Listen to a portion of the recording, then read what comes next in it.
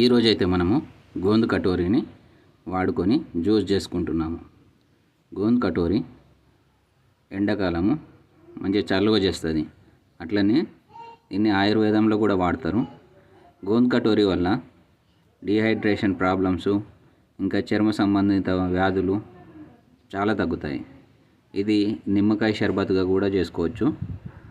ఇంకా ఈ గోందు కటోరీ వల్ల ఏమేమి ఉపయోగాలు ఉన్నాయో ఇంకా నెక్స్ట్ వీడియోలో కూడా చెప్తాను.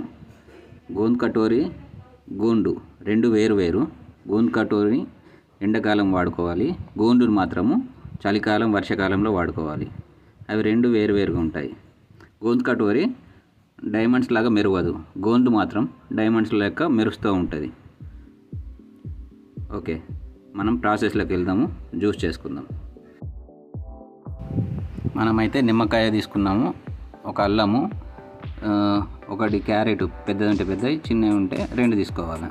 అట్లనే బీట్రూట్ చిన్న సైజు ఉన్నాయి కాబట్టి ఒక 4-5 తీసుకున్నా. మీరైతే పెద్ద సైజు ఉంటే ఒక 2 పెద్ద సైజు తీసేసుకోండి. ముందు ఈ 2 గిన్నెలు తీసుకొని ఆ రెండిట్లలో దాంట్లో గోందు కటోరీ వేసుకుంటున్నా. గోందు కటోరీ అయితే ఇట్లా మీకు చటాక్ క్వాంటిటీ 100 గ్రామ్ క్వాంటిటీ కూడా దొరుకుతుంది. ఇదైతే ఇంకో దాంట్లో సబ్జా గింజలు తీసుకుంటున్నాను.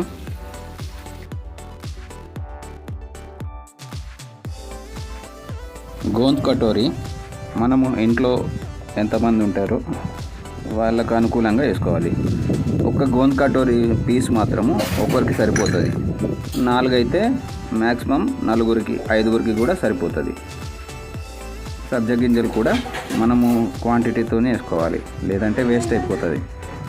ఎక్కువ వేసుకున్న ప్రాబ్లం లేదు. సబ్జా గింజలు చూడండి, ఇందులో ఒక 4 గోందు కటోరీ ముక్కలు వేసుకున్నాం కాబట్టి ఒక పెద్ద గ్లాసు సగం వరకు నీళ్లు పోసుకోవాలి. గోందు కటోరీకి ఇట్లా పెట్టేసుకొని ఒక 4 నుంచి 5 గంటలు మినిమం నానబెట్టుకోవాలి. 4 నుంచి 5 గంటలు మినిమం నానిన తర్వాత మనం ఈ జ్యూస్ ఏదైతే చేసుకుంటామో, ఏ రకం జ్యూస్ చేసుకున్నా కానీ 5-6 గంటల తర్వాత ఈ గోందు కటోరీని, ఈ సబ్జా గింజల్ని వాడుకోవాలి. సో మనమైతే ఇప్పుడు బీట్రూటు, క్యారెటు, నిమ్మకాయ, ఇంకా మన దగ్గర ఏముంది, అల్లం ఉంది కదా, ఆ అల్లము, ఇవన్నిటిని కట్ చేసుకొని మనము గ్రైండింగ్ పట్టుకుందాము.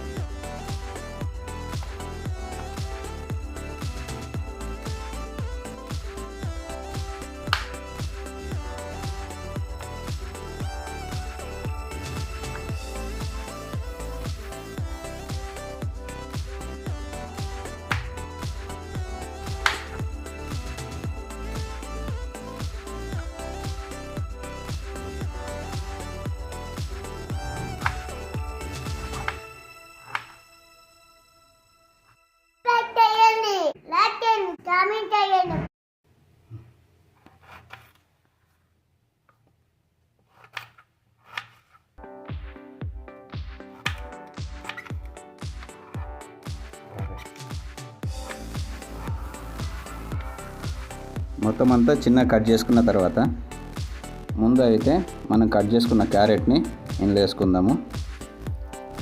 మా దగ్గర అయితే జ్యూస్ మిక్సర్ లేదు, ఇవి ఉన్న దాంట్లోనే ఇవి వేస్తున్నా. ఈ బీట్రూట్ ముక్కలు కూడా కట్ చేసుకున్న ఇందులోనే వేస్తున్నాను.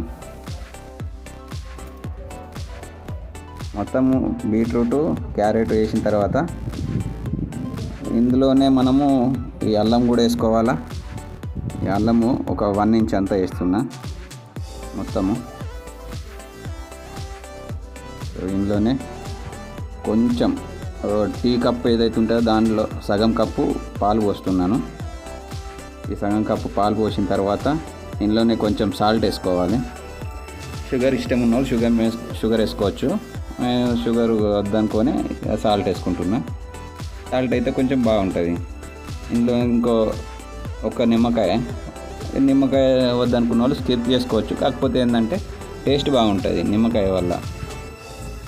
సో ఒక నిమ్మకాయ మొత్తం పిండుకొని మనము దీంట్లో సాల్ట్ ఏదైతే వేసుకున్నామో దానికి సరిపోయేటంత వేసుకోవచ్చు, లేదంటే తక్కువ వేసుకున్నా నడుస్తుంది. సో చూడండి, మొత్తం అయితే మనము వేసుకున్నాము. ఇందులో ఒక 1/2 కప్ అంత వాటర్ పోసుకోవాలి. సో ఈ 1/2 కప్ వాటర్ పోసుకున్న తర్వాత మనం అన్నీ కలిపి గ్రైండింగ్ చేసుకుందాము.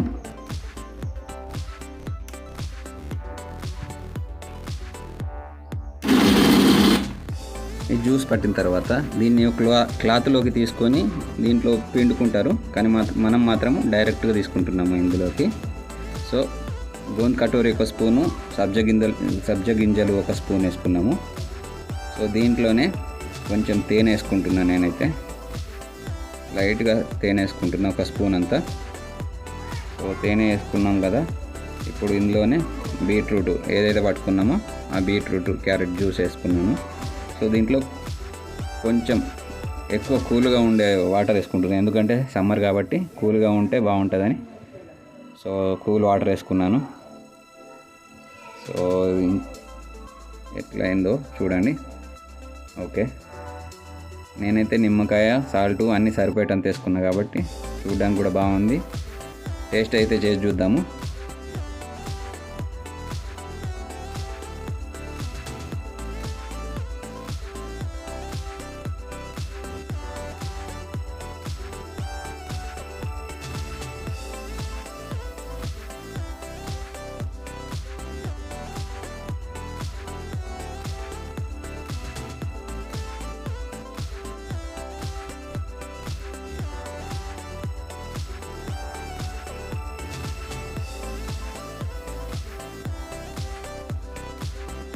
చాలా బాగుంది.